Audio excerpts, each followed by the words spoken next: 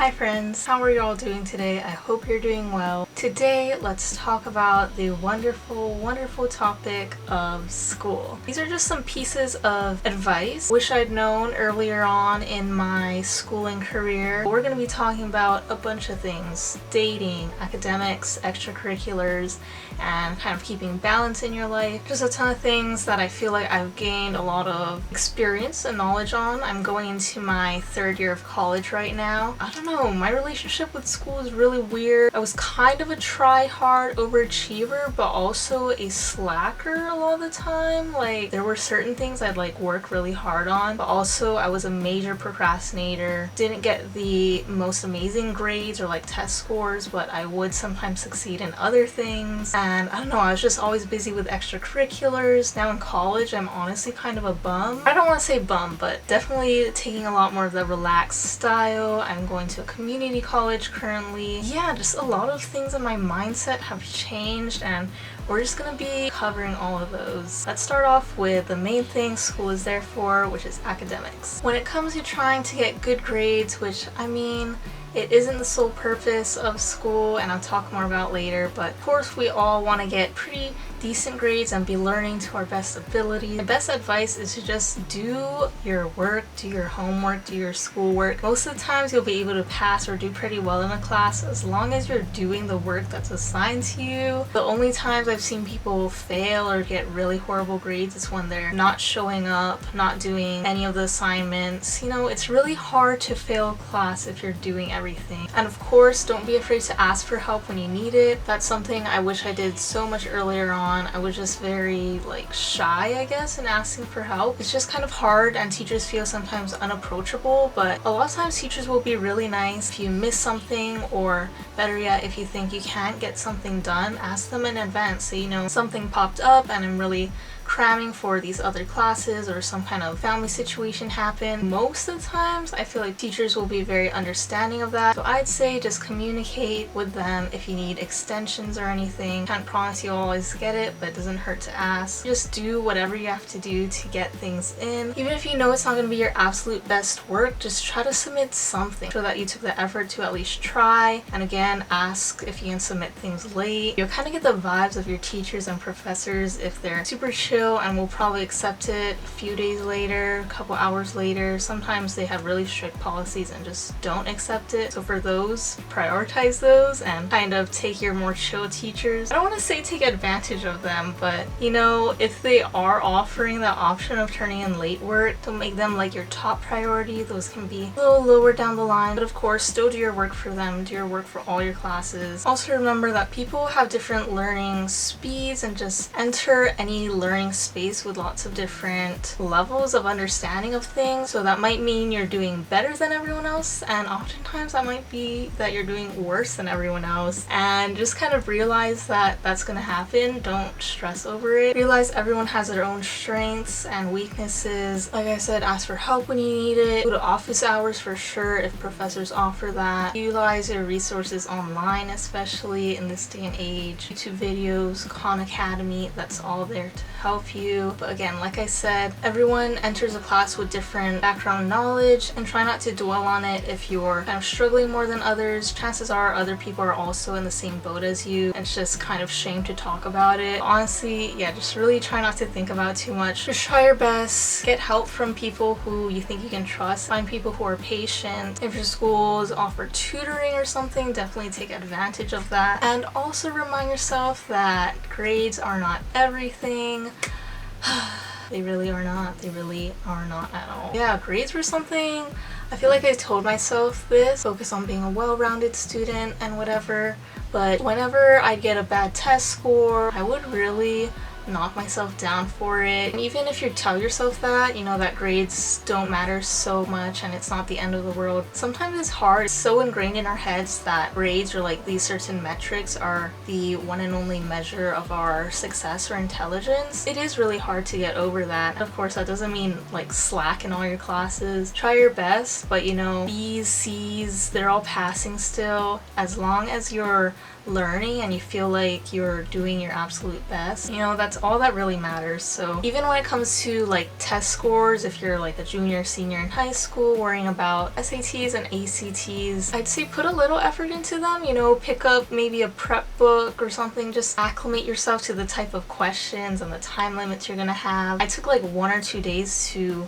prepare, study for it, spent one day flipping through pages, doing a few practice problems, and you know, that was it. I didn't pay for test prep classes. I really feel like, you know, do what you gotta do, but kind of hate the fact that they use those as a measure for our intelligence, you know, just your math and like reading skills, I guess. Very mixed on those, but I'd say don't put all your effort into test scores and grades. Like I said, care about them, but don't let your whole life revolve around them. Do what you need to do and what you feel like is your best preparation for things, you know, study for tests, do your homework, but don't go above and beyond and like knock your mental health, pull all-nighters every day just to get a perfect score. Overall, just do your best, but don't feel like you have to be the best. Academics should definitely be your priority, I feel like, in school, but don't like let it take over your entire life. And yeah, we'll touch on that more later. Next, I want to talk a little bit about extracurriculars. By extracurriculars, I mean clubs, sports, contests, or like competitions that your school might run. Just get involved in whatever really interests you, like especially in high school and intermediate school, like it's mainly for fun, I feel like, unless you go to a very competitive like private school or something. But I feel like public schools are pretty chill and they'll just, you know, take the time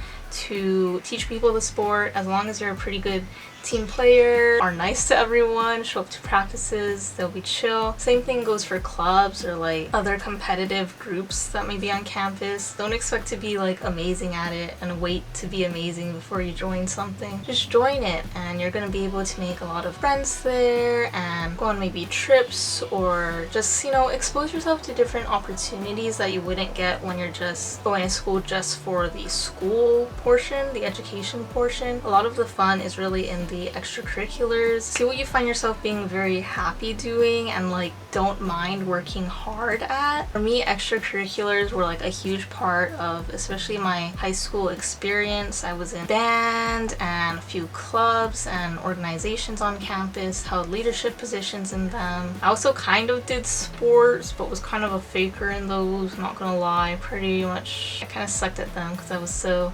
devoted to other things I was doing. Yeah, like I said, try things out because it's really no harm. You're there to explore things. In college, things might look a little different, especially for sports. You can't just go there to like goof around, but definitely try your best to look into even like an on-campus job, something where you can kind of be a little more involved. They are pretty flexible because they know you're a student and they prioritize that you're a student. Hours, you can arrange and rearrange them as needed. I just feel like it's a really good way, like I said, to be involved with your campus community. So definitely, if you're in college or going to college, look into getting an on-campus job because they offer a really good variety of things, from like tutoring to more office work to more hands-on, maybe lab assistance or something. I know we were talking about extracurriculars, but I feel like on-campus jobs can be kind of thrown in there to just being a part of something on your campus. Big thing I'd say is to just take initiative in things. If leadership positions are offered and you feel like you can do it and you are going to put in the time and effort for them, do it. Or even not a leadership position, maybe you just have an idea or something you want to introduce to your club, organization, or sport or something. Take the initiative to try it out and present that idea and do whatever planning you have to do to coordinate an event or anything you really want to do. I really put an emphasis on doing extracurriculars just because I feel like that's a really great way to shine, just because there's a small handful of people who are going to get, you know, the highest test scores or highest grades. They'll get credit for that, but I feel like a lot of other people have other hidden skills and passions that they can express more in their extracurricular activities. I would get super invested in little competitions like for clubs or for science fairs just because I really loved having that freedom where I could do projects that were solely what I wanted to do, not where they were assigned topics. And I found like science fairs and club competitions where I got to present and talk about literally whatever I wanted to were a lot of fun, and that's where I really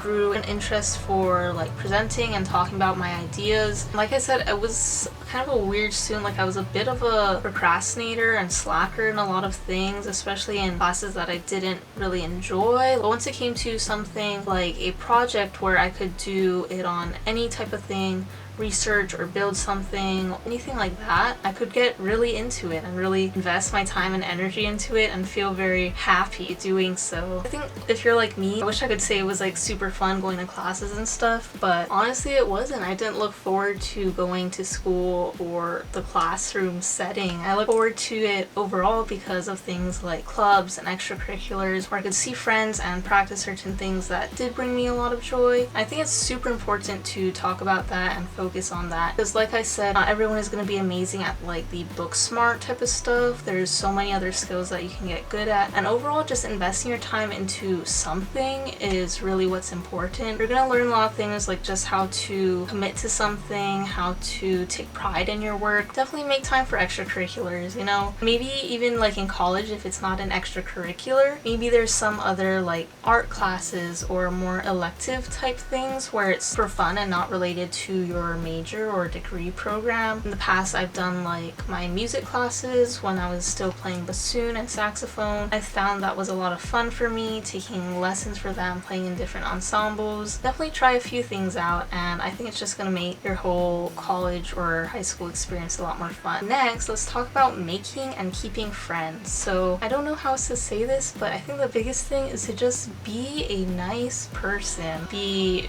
friendly, approachable, positive, I guess. You know, treat others the way you want to be treated. Definitely surround yourself with, distance yourself from the people that are known to be ones who create drama. People have a weird thought of like putting other people down to build themselves up.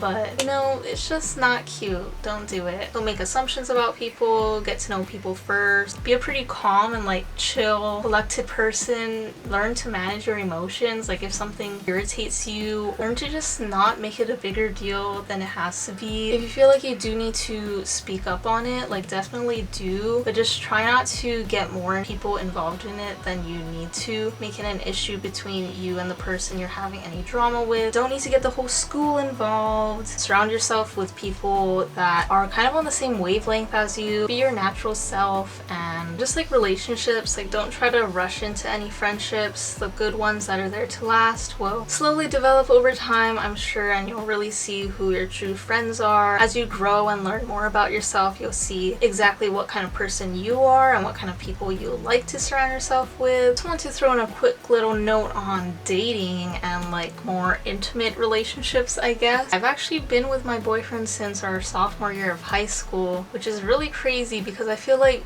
before high school I was one of those people that always thought, you know, I'm not gonna date all throughout high school and college. I'm gonna focus on my studies or whatever else I have to do. But yeah, it didn't work out that way. So my best word of advice, if you're looking into dating, you know, even in high school, like I'd say go for it, but main thing I think is to just not focus on it. Like don't be so desperate. Sorry, it's a little harsh, but you know, don't be like actively searching for a boyfriend or girlfriend. Just kind of let it happen if it does. Me and my boyfriend were good friends and we were classmates through like intermediate school, and it never started off as us like having a crush on each other and trying to impress each other or anything. We were just classmates that slowly evolved into friends, and then we slowly started liking each other. I think a lot of times relationships won't work out down the line because people kind of put up a fake front when they're trying to impress someone and get their attention, and then later down the line when their